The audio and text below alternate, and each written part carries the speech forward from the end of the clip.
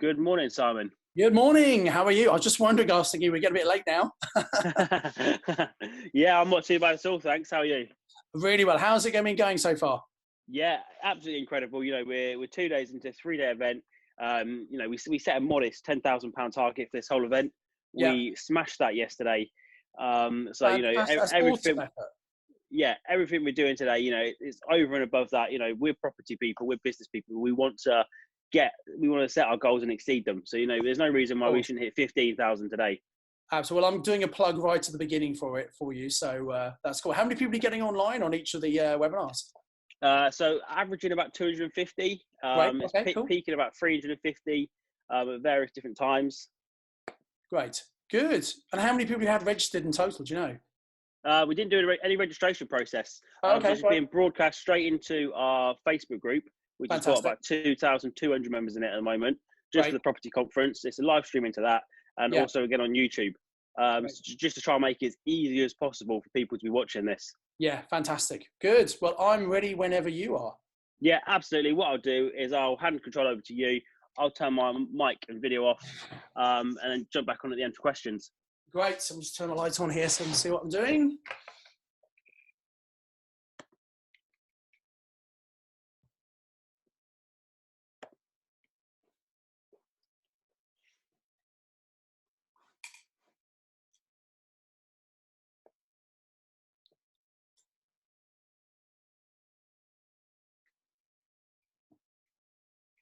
You're frozen there, Josh. Hi there. Yeah, you good? Yes, I think you're frozen. Perfect. Have you got any slides or anything to share? I have, yeah. Can you see my screen now? Not now. Okay, I've not seen a thing appear yet to take control just yet. If you click on where's the share screen at the bottom, that green. Oh, sorry. arrow. I beg your pardon. Right, yeah, it's Zoom. I'm used to GoToWebinar. I beg your pardon. Here we go. Yeah, perfect. We can see that. Fantastic. Great. And I think we've got about 5 hours, haven't we, Josh? Yeah. So welcome, everybody. Really pleased to be asked to come and participate in this property conference. And I'd like to thank, obviously, Josh and everyone at the property conference for inviting me to speak. And there were 2 reasons for doing this. One is to put some free resource and help out to people in the property community, but also to raise money for the NHS, who are doing just such a fantastic job on the front line, helping to combat this incredible is the wrong word, this terrible pandemic that's hitting us. And this is unfortunately going to hit many people health-wise, but also I think it's going to hit far more many people financially. I think people are realizing how important it is to have more than one income source. And obviously property is a great way to have an additional income stream coming in. So the whole idea is, so if you get value from this talk, please do come and donate. I'm sure that Joshua and the team will be sharing the link within the chat box on a regular basis. Here it is if you want to take a picture of the screen. If you want to take any pictures of these slides, feel free to, just for your personal use. Please don't use the material anywhere else, but if you want to do that to take notes, that's fine. What I'd encourage you to do, though, is I'd encourage you to get pen and paper. I'm doing lots of virtual training that I'm participating in and attending, and I was on one last night and I was taking lots of notes. So I would encourage you to get a pen, get your favorite pad, and take some notes, because there are some great speakers on this training, on this live training that Josh has put together on this property conference. And it's great to listen, but sometimes people say things, they'll have little nuggets. And, there might be people saying similar things, and there's some common themes, which is great, because sometimes we need to hear things several times for it to go in. But for me, whenever I listen to a speaker, if I just get one thing that I can use, that time and effort has been worth it listening to that speaker. And to make sure you don't lose those things, please do take plenty of notes. Also, have an open mind. Some of the most successful people I know always have a very open mind to learning. I invest a lot of money in my own personal development. So I continue to do that, because the more I invest, the more successful I get. And sometimes when you've been doing something one way, I meet some landlords who have been pretty successful for 15, 20 years. They've only done one thing and it's worked very, very well. So they've not needed to do anything else. Well, guess what? The market changes. The whole economy is changing, as we've seen right now. No one could have ever predicted this, but you need to change. You need to adapt. What that means is you have to be open to new thinking and new ways of doing things. I really want you to participate and answer the questions. If you're watching this, hopefully in the Facebook group, you'll be able to come in and like and put comments. And hey, you might agree with some of the stuff I say, you might disagree. That's fine. It's just my opinion. You need to listen to different speakers and take out what works for you. Okay, I don't claim to have all the answers. Far from it. I made a huge number of mistakes in my investing journey, but I just encourage you to participate. Also, write an action list. Taking notes is great. Listening carefully is really important. But there'll be key things from each of the talks you listen to that I suggest you put into practice. Education is really important, but you then need to take action on the things you learn. So that's pretty critical. And also you need to commit to your own success. No one's going to do this for you. Sometimes property education gets a bit of a bad rap because people think they can go on a course and they'll make millions by doing nothing. Well, let me tell you, that's not the case. You need to educate yourself first of all, but it's down to you to commit to your own success. No one is going to do it for you. No one's going to make you rich. You need to take personal responsibility for your life and what happens in your life. So it's about you putting a stake in the ground, committing, saying, yes, I'm going to do this or not. Maybe you're completely new to property and actually this is all very new to you this weekend, and that's great and it's good to get knowledge and understanding. And you might say, yeah, I want to do this. Well, put a stake in the ground, commit to do it. Or you might say, actually, this property thing sounds like too much like hard work. That's fine. At least you've looked into it. You've had an open mind. You make a decision. You can go and make money somewhere else and do something else for you. Decide what action you're going to take and then go and take it. Scheduling actions into your diary is absolutely critical. And one of the things I teach my students is if you can do one thing every day, some days you'll have more time than others. Excuse me, but if you can do at least one thing, it will help you move forward and keep momentum going, and that's really important. So today I've been asked to speak about diversifying your portfolio, and so what I'm going to talk about is what I believe is going to happen to the UK property market, why you need to diversify, how best to diversify your investments, how to minimize your risks of investing, and some of the advice that I'm sharing with my clients. I'm going to put little seeds in as we go through.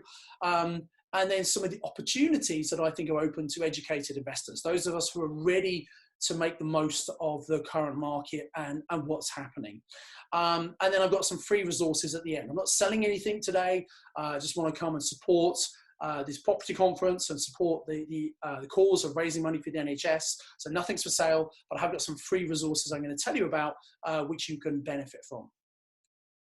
But first of all, who am I? Some of you may know who I am. Some of you may have no idea at all who I am, and that's absolutely fine.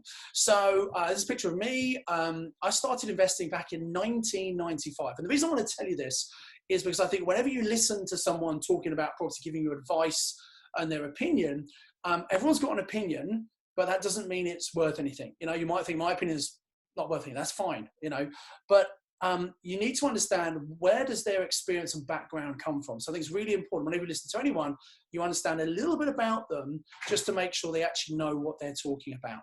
So I started investing back in 1995. I bought my first house here in Birmingham, where I just got a job at Cadbury's as a graduate trainee. So I've had a corporate career. And as soon as I got that job, I bought a house for me to live in. And I rented out 2 of the rooms to my friends who were still at university. So I'd studied prior to that at Birmingham University for 4 years. And I lived in that house and it was pretty cool. And the tenants were paying my rent, my mortgage, my bills. I lived for free. So in 1998, I bought a second property and I moved into the second one. And what I did was I kept the first one. And this was because I'd been a student in that area. I'd met my landlord who lived in a very big house on a very posh road in Birmingham, just down the road from where I am now, called Farquhar Road. And he was a solicitor, then he became a full-time landlord. I didn't know exactly what that meant, I guess, at the time, but I realized having property was probably a good thing to do. None of my family had ever done it.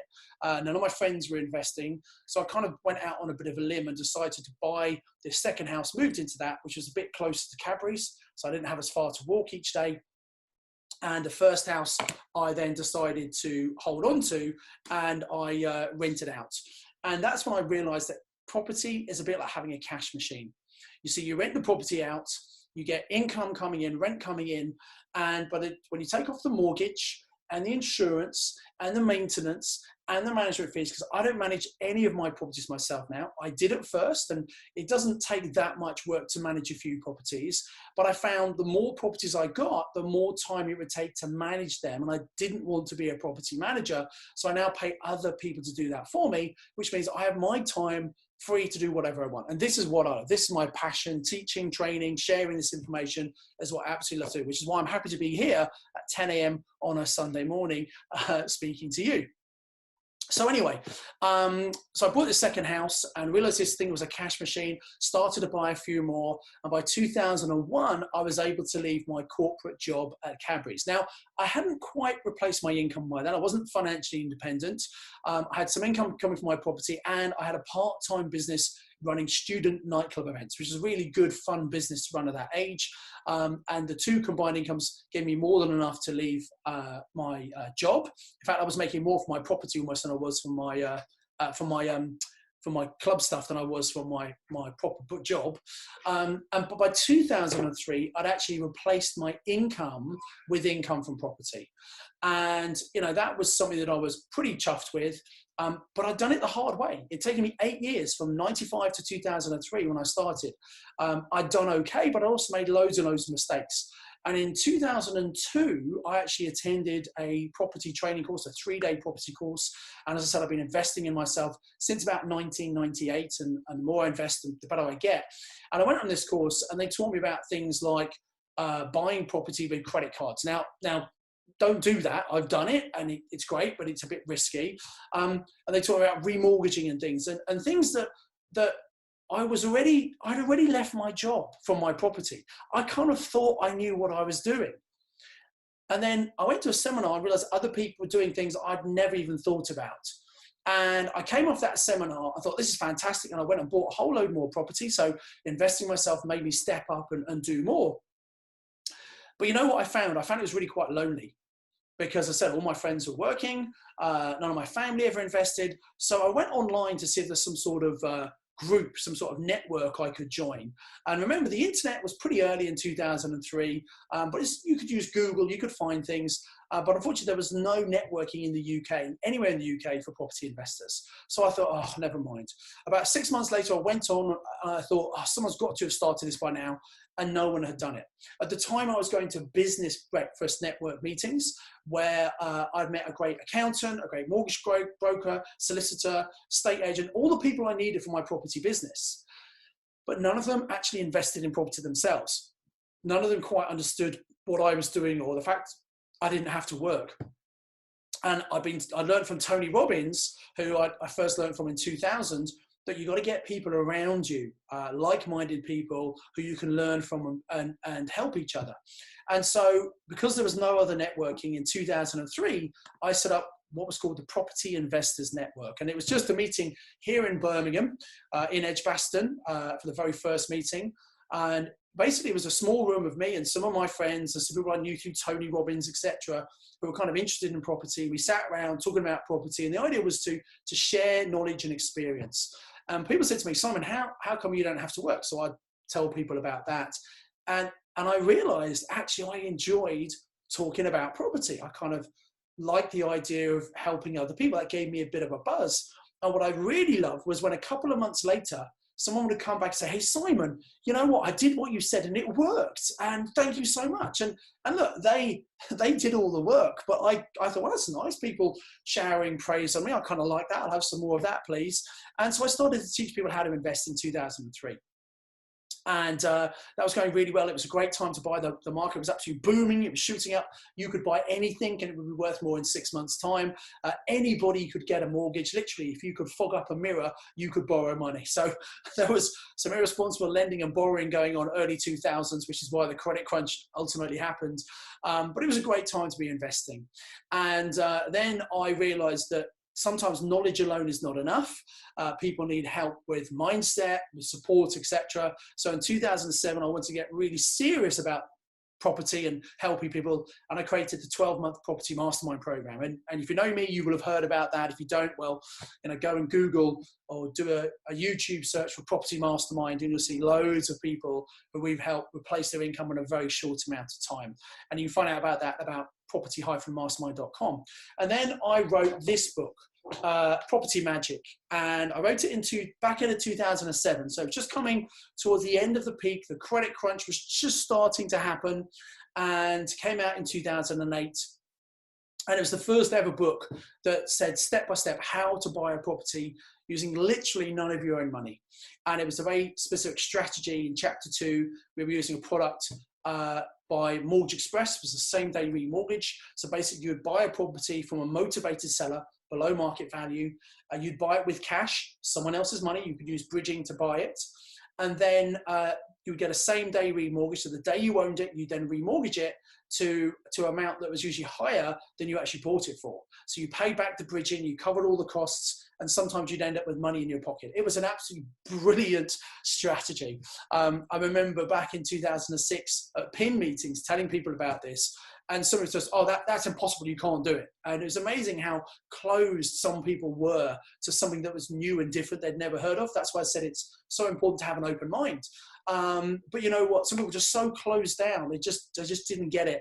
And well, me and lots of other people were doing it. They obviously didn't do anything at all. So open mind's really important. Now, obviously, the credit crunch came, and actually in May 2008, so only about 2 or 3 months after I brought the book out, Mortgage Express withdrew that product. So suddenly chapter number 2 became obsolete. Now, the rest of the book was fine, but that was obsolete. And I thought, oh, there's a real pain. So I keep on updating the book, and now it's in its 6th edition, and I've resisted the temptation to update it. So something always happens when I update it. And so I've resisted so far. But actually, with what's going on right now, I think we're probably due. Probably beginning of 2019 will be another edition, number 7. But in the meantime, if you haven't read it, go and check it out on Amazon. You get it on Audible as well, if you prefer to listen to things instead. And it's the 6th that we keep on updating. It's really important. You need to keep updating. If you have been investing, I know we've got a lot of experienced investors on this. If you have been a successful investor and you've been doing a certain strategy, that strategy may not be valid. It may not be the best thing. And I'm going to share with you in this presentation, not only what's happened in the market, but the impact on the different strategies. And this is why you need to diversify, because if you're just stuck in one strategy, it could be really risky. But we'll come to that more in a moment. So what's going on right now? Well, obviously, there's massive uncertainty in the UK property market. It's caused by a number of factors. So it's not just this COVID-19 pandemic. It stems to more than that, but this has been the final straw for many people. So first of all, over the last couple of years, we've seen an increase in legislation.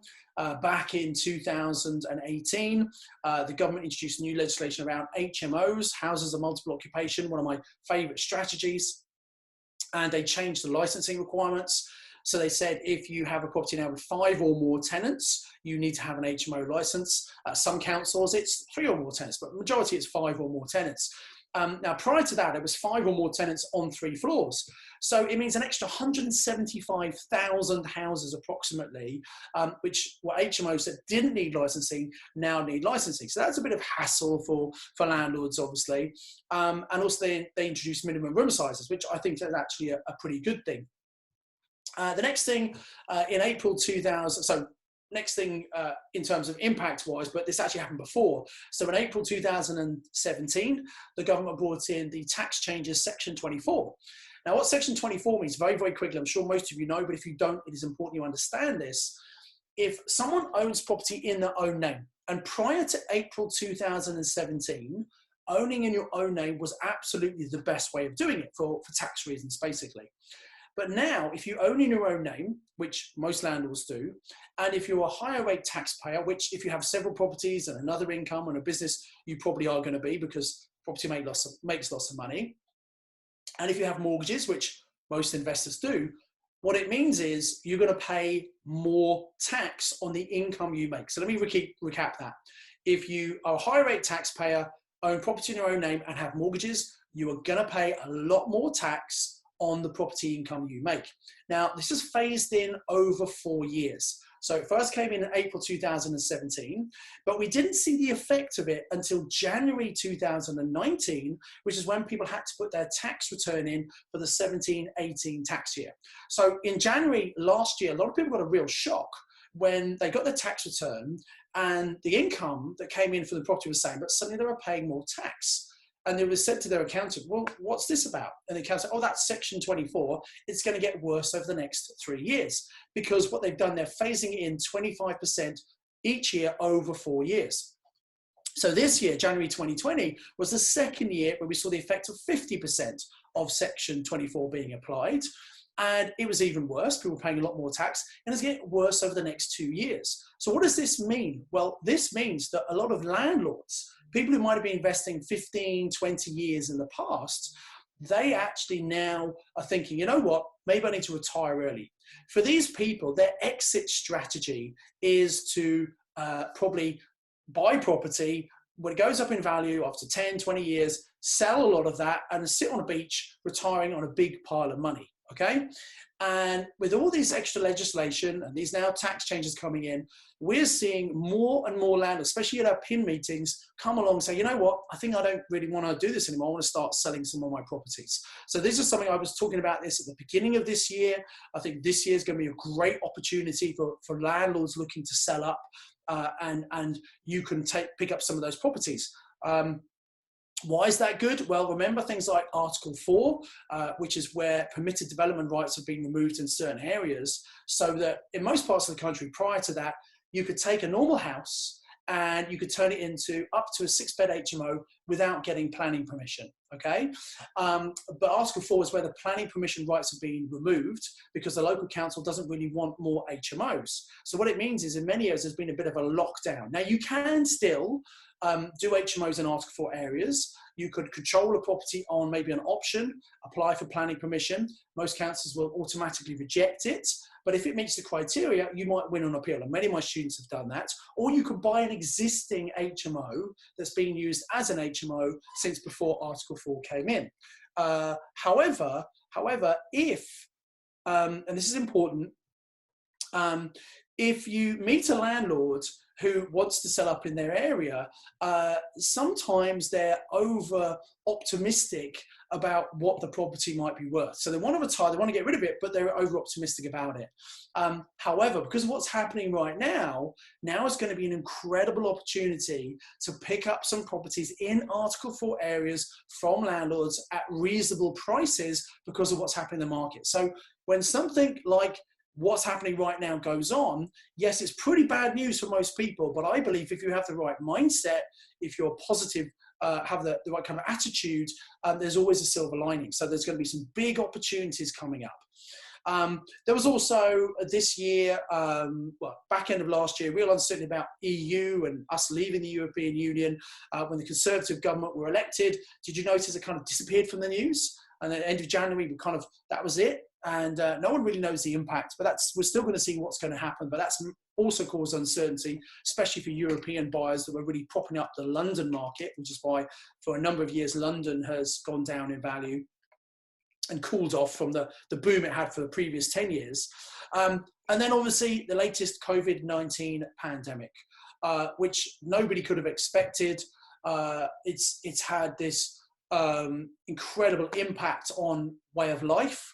And that's then had an impact on everything else. So this massive uncertainty actually also means there's a massive opportunity. So what does this mean for us as a country? Well, will the UK slip into recession? Well, most people are working from home. Obviously, key workers in NHS, in the supply chain of food, in supermarkets, etc., are still working. But most people are working from home. Many employees are in furlough for the moment, which actually, when you first think about it, someone earning 80% of their income is a pretty scary thing, right? Most people spend pretty much everything they earn. But if you think about it, actually earning 80% and being in lockdown where you can't actually go out and spend as much money, and you're not traveling to work, you don't have that expense, you're not buying lunches and coffees at work. Yes, you could buy things online, but most people I know who are in furlough are saying actually they're not spending. In fact, they're even saving some money. And also they have time. So although furlough is uncertainty, you know, hopefully you go back into work. Some people might get made redundant, unfortunately. I think furlough is just an incredible opportunity. And yes, it feels scary, but please make sure you use this time wisely. It's a great time to be educating yourself, to preparing for what's going to happen. Most retail businesses are shut, obviously apart from food shops, but most retail are obviously still shut. And unfortunately, that means many businesses will not survive. They're just not going to get through this. So more people are going to be made redundant, less people to pay taxes. So taxes are definitely going to be going up. And the UK is definitely going to go into recession. I don't want to be a doom and gloom person. I like to think it's a very positive person, but I just want to be realistic. This is probably what's going to happen. And what I want to talk about is the impact that this is going to have. What's the impact on investors going to be? Well, it really does depend what strategy you're using. Most investing strategies have been affected to some degree, and some have been hit a lot harder than others, obviously. So this is the fundamental of why I've been asked to talk about this. You know, you need to diversify. If all your eggs are in one basket, so to speak, that's in a risky position. And we're going to show what the impact on different strategies has been in a moment. So you could diversify in actual strategy, you can diversify in location, and also you can diversify in asset classes. I'll come back to this later on. And, you know, there will be massive opportunities. So I'm going to explain what's happened in different sectors now, but in all of these sectors, there are going to be opportunities. So let's just be realistic and think about what's actually happened first of all. So impact on development. Let's start at, you know, when property is created, first of all. Now, whilst building can continue, the government very wisely have said that they want to allow construction to go on. So the big sites that are still happening, and depending on what stage of the development it is, it might be possible to have people working on developments or not. Obviously, they do need to adhere to social distancing, and some parts of the bill, you know, you need a couple of people to work on things together. That's not really going to be possible. So whilst you can still continue development, there are some challenges. The main problem is a shortage of materials. You know, a lot of the suppliers are shut. Now, what a lot of my students have done, we saw this happening. Many of my students, they're doing refurbs and things. They bought all the materials they need. They're storing those in the property. And so they are continuing to get those refurbs done and keep their projects on track, which is really important. The big problem is a lot of the factories that produce the raw materials are shut. One of my colleagues, he actually imports building materials from overseas. Transport's a bit difficult, but actually he's still bringing lots in, and there's massive demand for that. But in the UK at the moment, most manufacturing shuts. Now that will open up, I think, when the lockdown comes off. They'll do it in phases, and obviously manufacturing will be one of the first things that comes back to keep the supply chain going. The other thing in development is refinance is pretty difficult right now. You've got people that got to the end of the development, their plan was to refinance, maybe sell some units. Well, it's hard to sell right now because people can't physically look around. And also refinancing is difficult because a lot of the lenders have shut down. Now, partly that's because some of them are worried about what's happening to the market and what's going to happen to values. But some of them are busy because they've had so many people apply for mortgage holidays. They've turned all their staff to working on that, and they can't take any more applications in. So it's a very fluid thing. It's literally changing by the day, changing by the week, but refinancing is difficult right now. And also there's uncertainty about end values. If you're doing a big development right now, you're about to buy something. You know, we know lots of people who are doing developments and they're saying, you know what, I'm probably just going to stall things for a bit of time because I'm not sure how quick I can get the labor. I'm not sure if I can get the materials, and I'm not even sure about the end values that these properties are going to be. So, you know, probably if you're in a development, you got to crack on. If you're about to do one and you can stall it, maybe that might be something to think about. I'm just going to make some ideas and suggestions. You take what's relevant to you. I know a lot of people aren't in development, but I think it's where we start with property. So I just want to make sure that people are aware of that. What about, excuse me, what about commercial property? Now, commercial property is often seen as very stable and very, very passive, which is fantastic, because, you know, I think it's important that when we invest in property, we have a passive income as much as possible. As I said, I started managing my own residential properties when I started, and I found it just took too much time, so I got someone else to do it. I am not a commercial property person. I've bought about 5 commercial properties over my time, but all of those I've converted, done commercial to residential conversion back into residential units. So I'm not a commercial guy. But you know what? Earlier this year, I thought, you know, I want to get into commercial because I see what's happening in the market. I see some opportunities. And, you know, when you get a great company tenant in there, you think, fantastic, they're just going to be paying the rent on time, no problem. And it probably is very passive. Once you have a good tenant, if you don't have a tenant, it's a different matter. But if you get a good tenant in, that works really well. But you know what? This has been a big shock for commercial landlords. I guess no one's ever expected shops and offices to shut down, you know, so this has been a big shock. And unlike residential property, where the government said, right, okay, it's okay to have mortgage holidays and things, there's no support from the government at the moment for commercial landlords. Now, many tenants just can't afford to pay their rents. So probably for the first time ever, commercial landlords are not receiving their rent. And here's the really interesting thing. Surprisingly, many large companies are not paying. Now, if you think about commercial property, it's all about the covenant, the strength of that covenant, the quality of that tenant.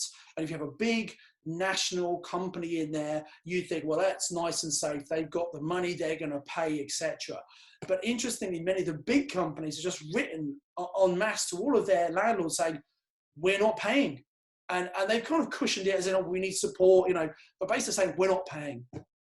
And as we've already seen, some really big companies have gone down already in retail, and unfortunately it's going to happen for more. So although I would have said that commercial historically was always a very safe thing to do, and I think the reason people go into residential first, which I think is absolutely the best thing to do, by the way, because, you know, we all know what it takes, what's required for a house or an apartment, because we've all lived in one. We don't necessarily know what the requirements are for commercial property.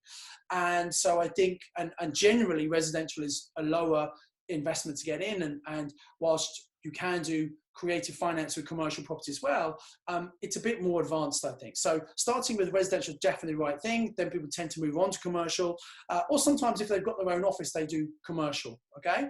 But it's been a real shock. And there is going to be a glut of commercial property coming onto the market. And I think there's going to be some real opportunities there, some fantastic opportunities. And there's never going to be a time like this again where so much commercial stuff comes on, the value of that's going to come down massively. You need to be careful about, you don't want to buy something that someone's been struggling to rent because you might have the same problem, but maybe changing the use of it, repurposing it, maybe turning it into residential. At the end of the day, I've always thought that commercial is more susceptible to changes in the economic environment, which is absolutely what we're seeing right now, whereas people always need somewhere to live. You know, on this island, we have an increasing population due to increasing birth rates and longer life expectancy. So as long as you're investing for the long term, I think residential is always a safe place to be. Obviously, residential doesn't always go up. Residential property comes up and it comes down. It's cyclical. It goes up and down. But the long-term trend is up. So there's going to be some amazing opportunities in commercial property. Let's now talk about kind of semi-commercial stroke residential. Let's talk about serviced accommodation. It is seen really more as commercial because it's operating a trading business. But this is probably one of the most effective areas. So I'm assuming most people understand about what serviced accommodation is. It's where you take somewhere, usually an apartment, and you rent it out very, very short term. So instead of renting out on a 6-month AST contract. You rent out for a couple of days at a time to people who are holiday makers, corporate clients, etc. They pay a much higher rent, a bit more like a hotel, but it's not occupied all the time. 70% is a good level to go for when you're working at your occupancy level. And as you can imagine, because people aren't traveling, because we've got lockdown, tourists can't come into the country, this has been absolutely smashed the business. There's very low demand from traditional sources of tenants. And I've heard of many people who are doing service accommodation on rent to rent, R to R, where you take on someone's apartment, you give them the full market rent as a normal rental, then you rent it out on service accommodation, and you make the margin between the two.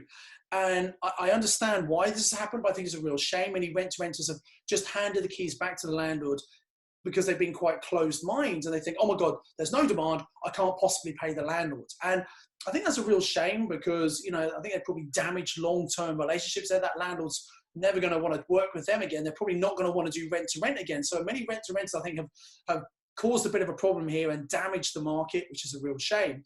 What would have been better would be to negotiate with the landlord to reduce the rent. And after all, service accommodation, you should be making a good profit from it. You should have some cash buffers. So you should be able to weather a little bit of the storm. But anyway, people do what they do. And unfortunately, there's been a bit of a knee-jerk reaction from many people due to this. Now, smart operators have pivoted their business. What does that mean? They've changed direction on the business. So there is actually really good demand from contractors, especially in London. Many of my students who are doing service accommodation in London have said that, you know, a lot of hotels have closed, and so there are still construction workers who need somewhere to live. So a lot of my students are getting a lot of demand from construction workers who are still working and need accommodation. Also, a lot of my people have repurposed their service accommodation as isolation units for NHS workers, especially if they're close to hospitals, people who are doing lots of hours, they don't really want to go home, they are at high risk, and so they want this isolation units, and they've negotiated the rent. They're not trying to profiteer, they've brought it down, made it reasonable rents. And, you know, it's a very good way of doing it. And also charities. Some of my students have passed their properties to local councils who have been tasked to get homeless people off the streets. One of my clients has got a 25 bedroom kind of guest house. And obviously she couldn't use it as a guest house, but the local council have taken it over there, housing homeless people there, giving her a pretty good rent, and then they're going to give her a grant to replace all the mattresses and all the sheets once this is all over. So, you know, it's about pivoting and moving, recognizing, can we use this accommodation in a different way? And, you know, people have got all their eggs in this one basket. They're the ones that have been probably hit the most. It's going to be interesting to see what happens after lockdown, because I think there's not going to be as much competition, not as many people doing it. I think some people are going to be wary about going out and getting into big crowds, absolutely. But I think a lot of people are going to have cabin fever. They're going to want to get out. They want to go away for a little weekend here and there. Businesses will need to start working again. So I think there'll be a bit of a boom in requirement for service accommodation, but maybe not as many units available. So who knows, but that could be an opportunity. What about buy-to-let properties, so single lets and also HMOs? This is probably the least affected at the moment. I have to say right now that many landlords obviously are worried about tenants not paying. This is a natural concern that most landlords have had.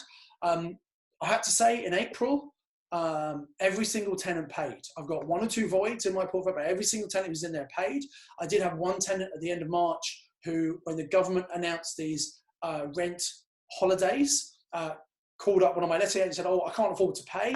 And we said, "Look, okay, we want to work with you. Let's see what you can do. Just give us some proof about your financial situation, and we'll work with you." He didn't provide any proof, and guess what? He paid the rent. So you're going to get some people to try it on, maybe. But there was help from the government. The government has said, "Hey, look, tenants can take 3-month rent holidays." I think some tenants, which is great, we want to help people out, obviously. It's important you make sure tenants understand it's a rent holiday. It's not a rent-free period. They need to pay it back at some point. Landlords have been able to take 3-month mortgage holidays as well.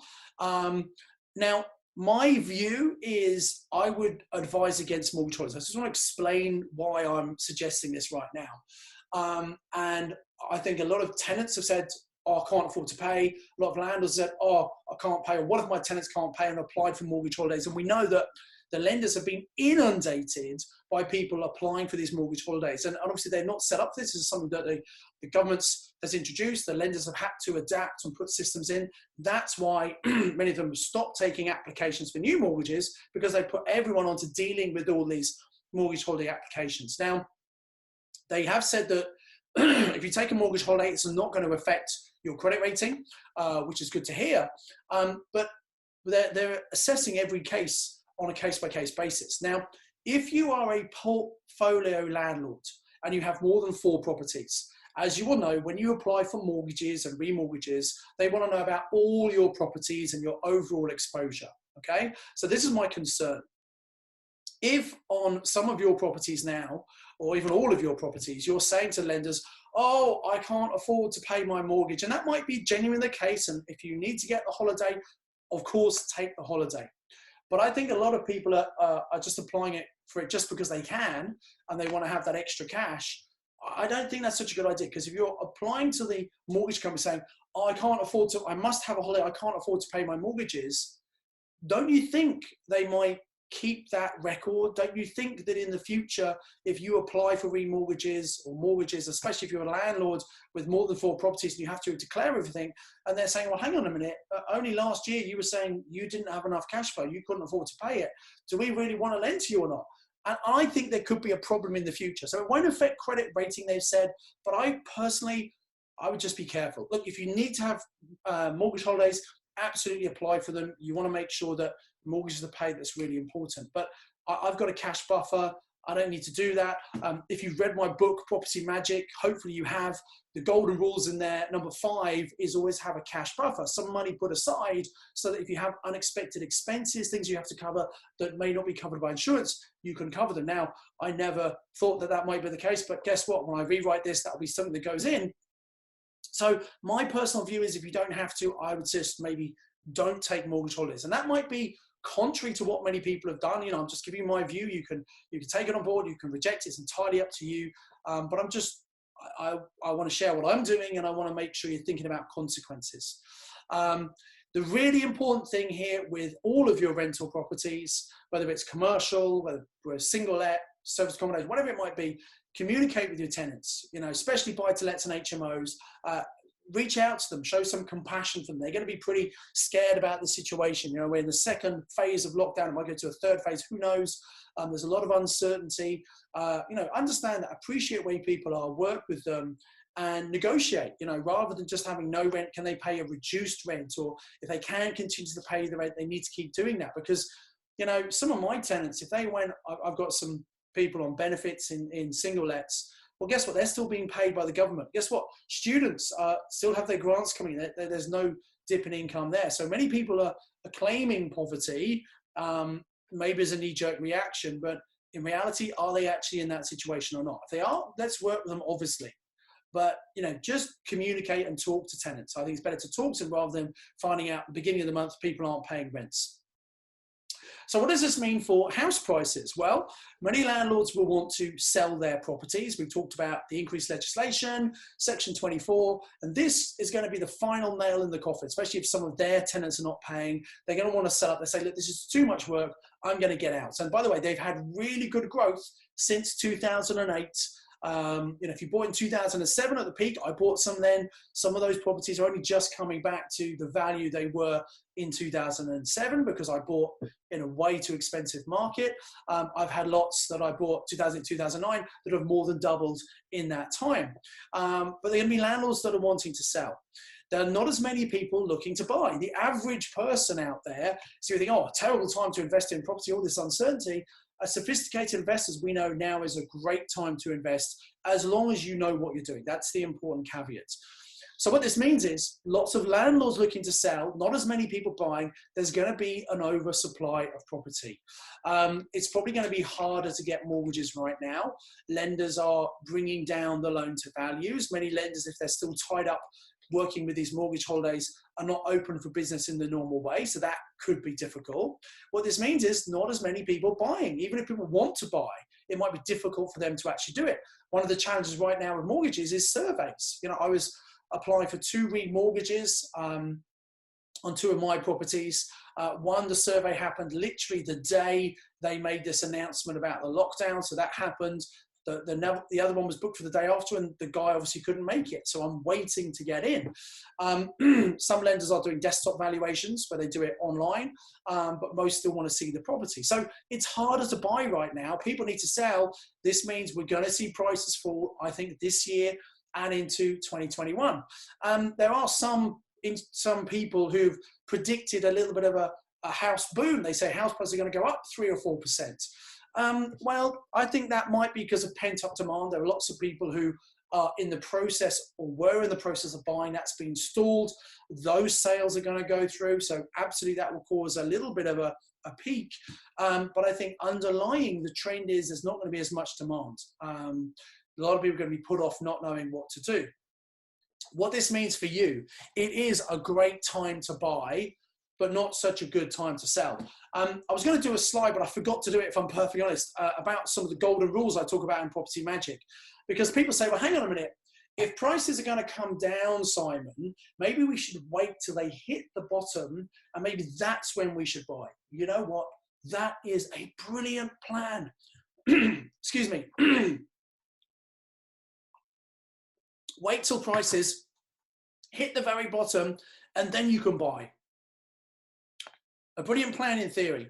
The only problem is nobody knows when it's going to hit. I have no idea how much it's going to fall. I have no idea when it's going to hit the bottom. I might be wrong. It might not fall at all. Who knows? But the point is, when the market is going down, and everybody knows the market is going down, it's easier to get bigger discounts when you're buying property. You might have a landlord who bought a property back in 2008, 2009. It's more than doubled in value.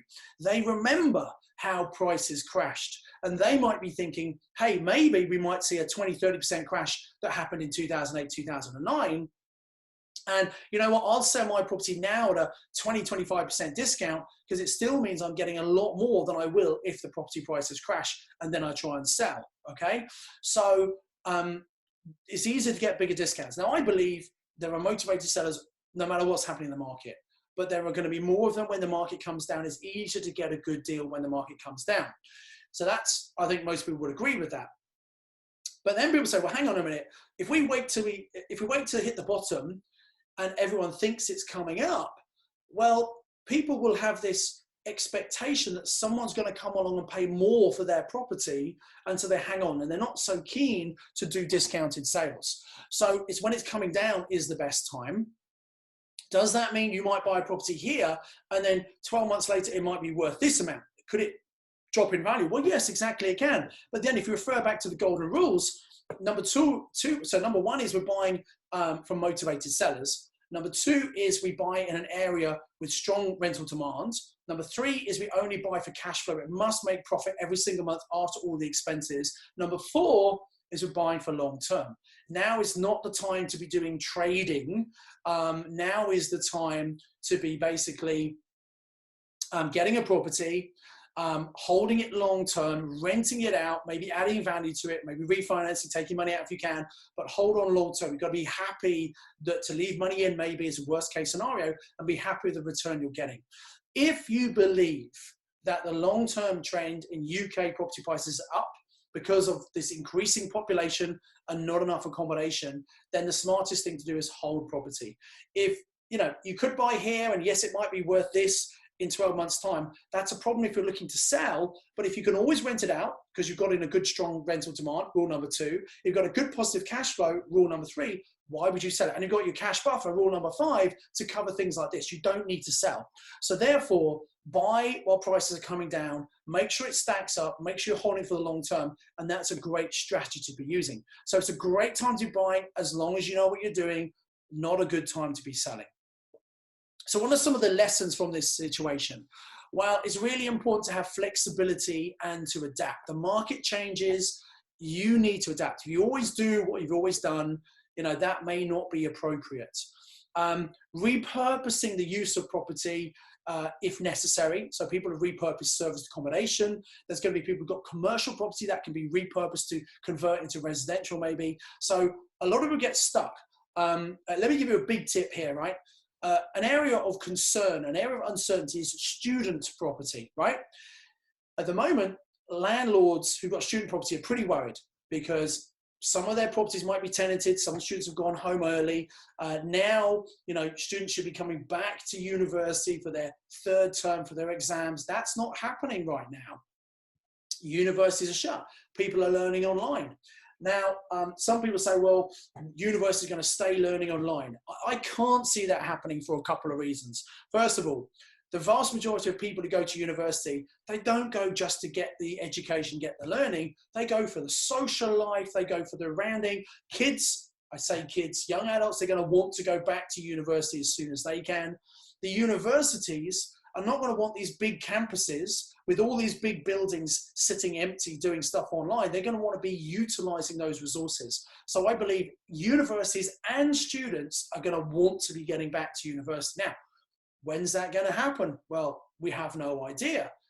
I'm pretty sure if you reach out to student landlords in the student areas in your cities that you're in, I bet you could pick up some good deals right now for some rent-to-rents, some purchases options, or even some purchases. Now, you don't necessarily want to use them as student accommodation because it might be this September, universities open up, it might not be till next year. Who knows? We don't know how long we're in this. But in the meantime, it could be repurposed and used for workers or normal young professionals, etc. So think about repurposing, and that's part of the diversification, right?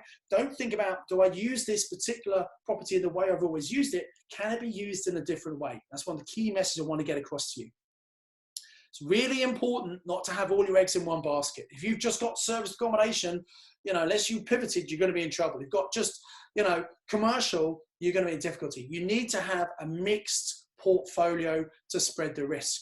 It's really dangerous for anybody to rely on one income source. For most people, it's their job, the income they come paying, the pay they get for working for someone else, or it might be a business you're running or whatever it might be.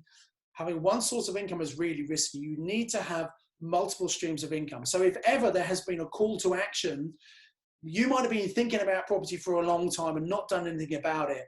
Now has got to be the time to get your arse in gear and get going on your property journey. And those of you that have some income coming in at the moment, but it's not enough to support you in case your main income dries up, again, use this as the motivation. We have time right now, guys.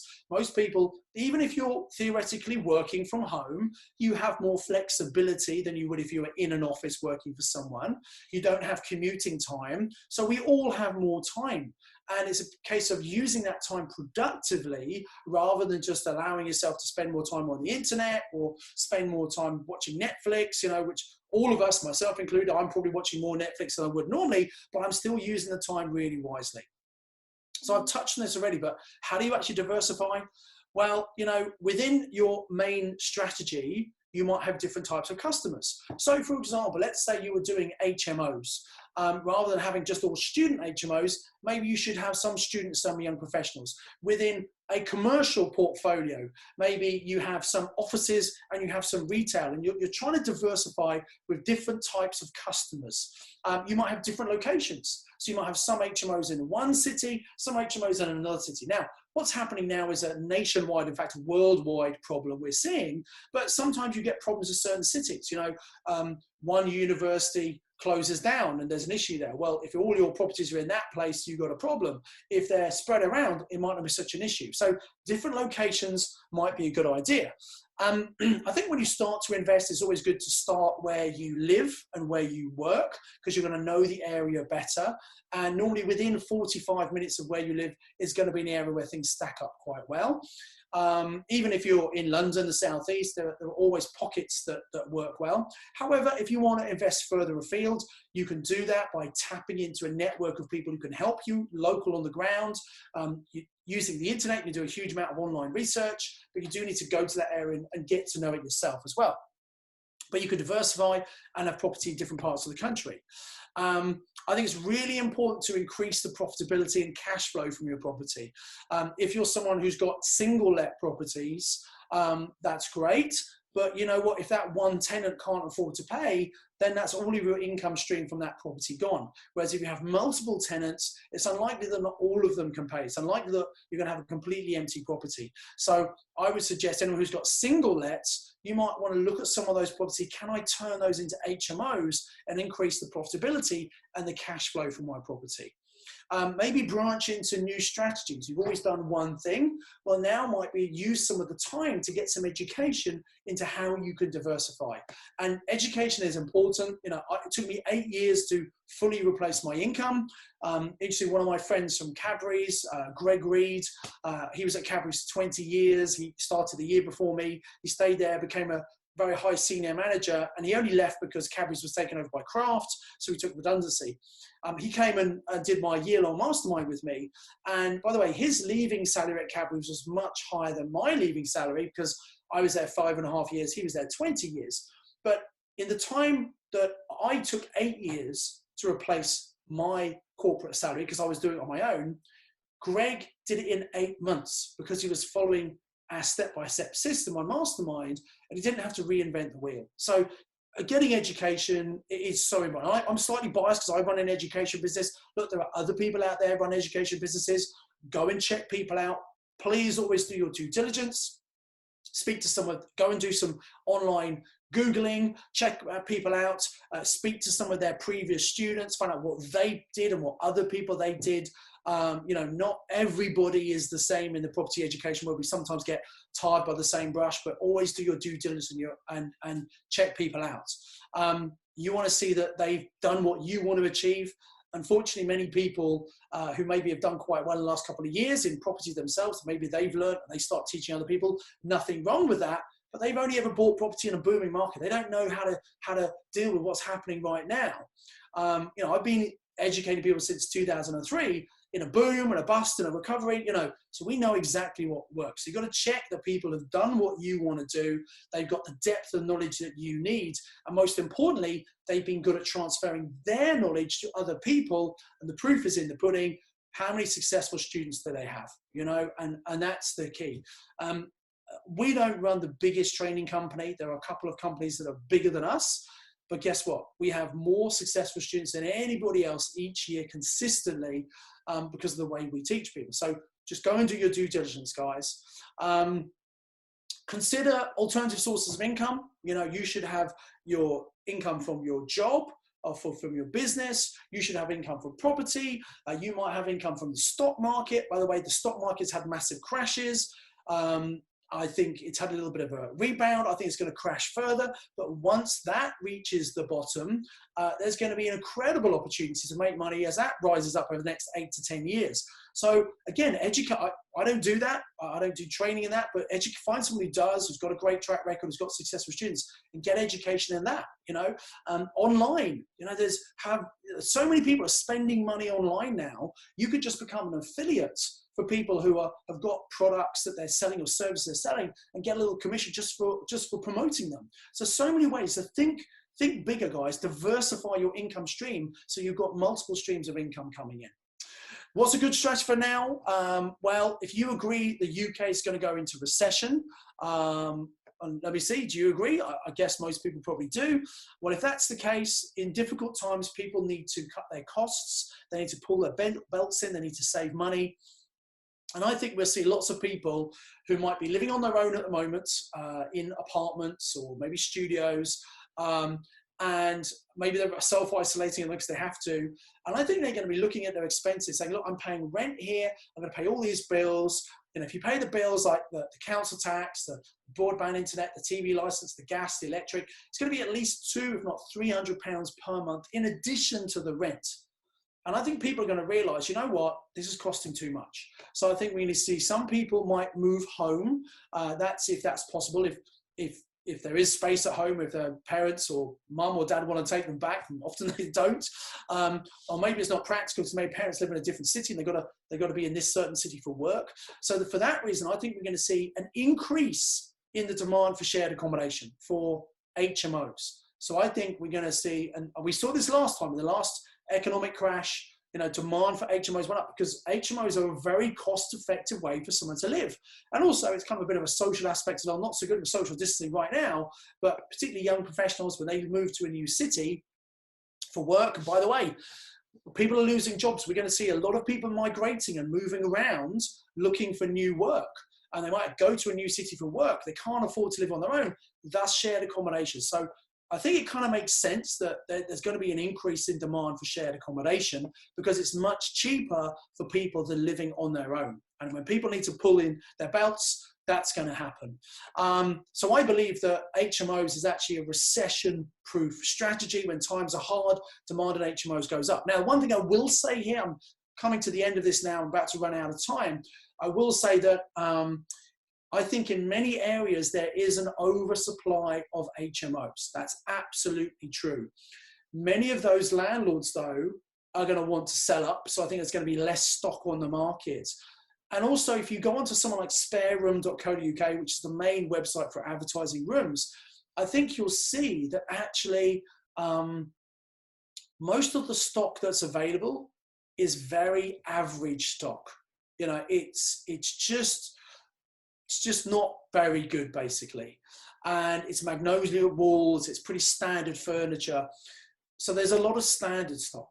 What we teach our students, if you have better than the average, if you use good decoration, use feature walls, you have good furnishings, there's good functionality use in the room, good size rooms and things, you should always be letting your properties out before the average property and achieve a much higher rent as well. So again, it's not just about doing a strategy. It's not just about doing HMOs. It's about doing HMOs well and better than other people in your area. Generally, the standards of HMOs of the last few years has risen, which is really good. It should rise. Student accommodation is very, very high standard in HMOs now, and that's the way it should be. We should be providing good quality accommodation that's affordable to our clients. And I call them clients rather than tenants because that's how you should look at them. And when you have tenants in your property, they are buying services from your property business every single month in, month out. The more you look after them, the longer they're going to want to be one of your customers. So you should look after your tenants as your clients. A couple of final tips here while you're buying existing HMOs. Remember, estate agents don't really understand HMOs. They might say, oh, we've got a good licensed HMO here for sale. Well, existing licensed HMO might not necessarily be a deal. The reason is there are some that were licensed before the new regulations came in 2018. That means some of the rooms they've got are now too small to be used as rooms in an HMO. So although they have a license, when they come to relicense, you won't get a license for as many people. So that's a little trick. Just be really careful. Make sure they are conforming to the minimum room sizes. Most councils for a single room, it's 6.51 square meters. Double room is 10.22. But some councils are saying, oh, it's 10 square meters is the minimum they want. So the thing you need to do is go onto your local council website, look at the HMO department and download their guides for HMOs. Most of the stuff's online, or give them a call. Might be hard to get hold of people at the moment. Check out the minimum room sizes, check out all the safety requirements in your area to make sure when you're buying properties that everything's up to the current specs. If you're buying in an Article 4 area, you can obviously buy an existing HMO. However, listen carefully, it needs to be used as an HMO for before the licensing came in and consistently done so. So you can get a certificate of lawfulness from the council for that. So the best way is to buy direct from landlords and finding them using landlord letters. We have a lot of success, particularly now we're getting a much better response rate from writing direct to landlords. Also, purchase lease options, I think is going to be an amazing strategy, especially if you can't get finance. Instead of selling all their properties in one go, they might be happy to phase them over a number of years. So purchase lease options could be a really good strategy. So I've come to the end now. I've got a couple of gifts for you I'd like to give you. Hopefully you've got some value from what I've shared with you today. If you have, please go and make that donation to the NHS. That's the Property Conference raising money for that. I do a podcast every single Tuesday. It's called the Property Magic Podcast. You can go and find it on iTunes. It's completely free of charge. The last episode, I was just talking about this recession-proof strategy. There's over 6 hours of content. It's just me. There's no adverts. It's just me talking and sharing stuff from my book and also from Mastermind. So make it a point, put that on your action list. Go and download that from iTunes or Spotify or Google Play. If you do listen to it, I'd love it if you give me a 5-star review. That would be great. Also, I've got some training videos for you, and you might want to take a picture of this screen. I've got 3 videos all about HMOs. I did these last year before COVID-19, but I've released them again because it's very relevant for the market right now. So take a picture of that. It's a bit.ly link. You go and go register, get these 3 videos. It's completely free of charge. At the end, it says TPC gift. That is all in capital, so it is case sensitive. I'm not sure, maybe if we can put that into the Facebook group, maybe Joshua, so people can go and access that completely free. But it is case sensitive, so it's https://bit.ly/TPC, the property conference, then gift. Register, you get those 3 free training videos all about HMOs, and I think you'll find those really valuable because it shows how you can actually buy them using very little of your own money. So that's pretty much it. Oh, so one final thing, if you want to come to a PIN meeting, we're now doing it all virtually. You can go to pinmeeting.co.uk. It's £20 to come along. We give you a recording of the event. It's a great way to network with people, not just at what would be your local meeting, but also people all over the country. As my gift to you again today, if you've never been, go to pinmeeting.co.uk, find your local meeting, scroll down. Where you normally pay, it says pay with a voucher code. If you use my surname, Zutshi, as a voucher code, if you've never been before, it will bypass the payment page, save you £20, and you can come completely free of charge, virtually, of course, at the moment, to check out one of our PIN meetings. So 3 different gifts there for you, all free training and education. I do hope you take advantage of that.